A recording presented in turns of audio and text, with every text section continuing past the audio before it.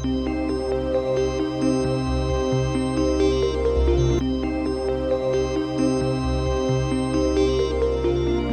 सभी भाइयों और बहनों का हमारे चैनल हिंदू धर्म यात्रा में हार्दिक स्वागत है।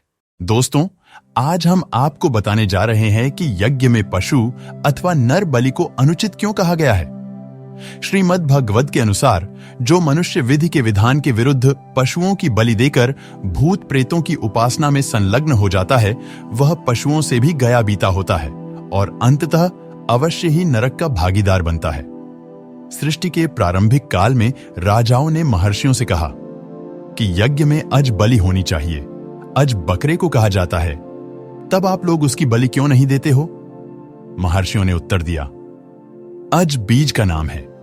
बीज अर्थात अन्न सामग्री से ही यज्ञ करने का निर्देश वेद देता है।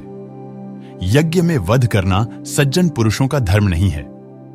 इस प्रकार जो मनुष्य स्वार्थ के वशीभूत होकर अज का अर्थ बकरे के रूप में लेकर पशु बलि को स्वीकार्य मानते थे, उन्हें महर्षियों ने बीज अर्थ देकर पशु बलि न करने का निर्देश दिया है। प्राणियों की बलि देना और मांस भक्षण करना महर्षियों ने सर्वथा धर्म के विरुद्ध कहा है। इस बारे में महाभारत के शांति पर्व में महर्षि वेदव्यास कहते हैं, सुरा मत्स्या पशोर्मांस द्विजातिना बलिस्तथा धूर्तेः प्रवर्तितम यज्ञ नैतद वेदेषु कथ्यते ए, अर्थात मदिरा, मछली, पशुओं का मांस और यज्ञ में द्विजाति आदि मनुष्यों की बलि देने की रीति धूर्तों और राक्षस प्रवृत्ति के मनुष्यों के द्वारा प्रचलित की गई है।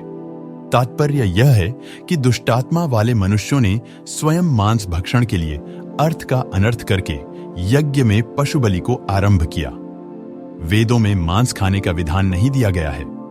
जिस प्रकार मुसलमान बकरीद के दिन बकरे की कुर्बानी करते हैं, उसी की तर्ज पर कुछ हिंदुओं ने भैरव, भवानी आदि कुछ देवी देवताओं के नाम पर मांसाहार के लोभ में पशु बलि चढ़ाने की प्रथा आरंभ कर दी।